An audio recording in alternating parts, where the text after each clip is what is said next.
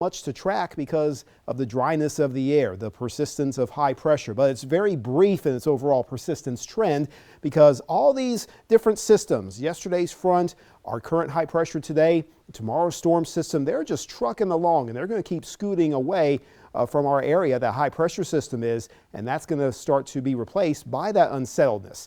And we're going to have a quick wind change during the next 24 hours. Here's how things look for tonight. By midnight, forecast and focus, a few little patches of those upper level clouds with light north winds. It won't be incredibly breezy overnight, and we'll maintain that drier flow from the north and northeast. But as we go into the daytime hours, the winds will swiftly shift around and become more east and then southeasterly by late tomorrow afternoon. So a quick little switch up with the wind flow there.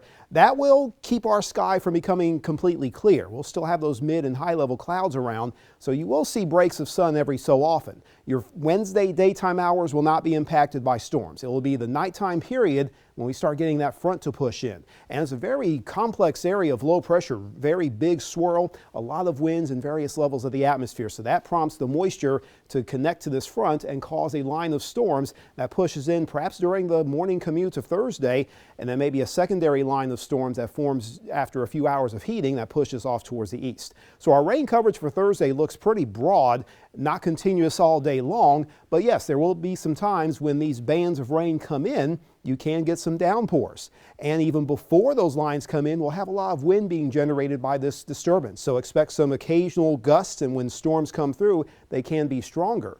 And then there is another risk for maybe a couple of isolated tornadoes. One thing that works in our favor is that these lines may come in during the morning hours when the atmosphere is slightly more stable. But still, there's going to be some impacts from gusty winds and rain and even a couple water spouts. Can't discount that possibility, even if it is mostly in the morning. Storm Shield, have that app, have ways to get warnings for tomorrow night and Thursday morning. But tonight, clear. We'll drop to about 52 at the airport, downtown areas, maybe upper 50s.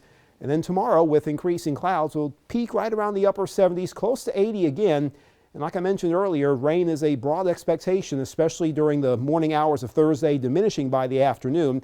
A few sprinkles left over. Cold air really rushes in as that swirl of low pressure keeps some moisture in place. So slow clearing, but chilly end to the week with highs just in the 60s.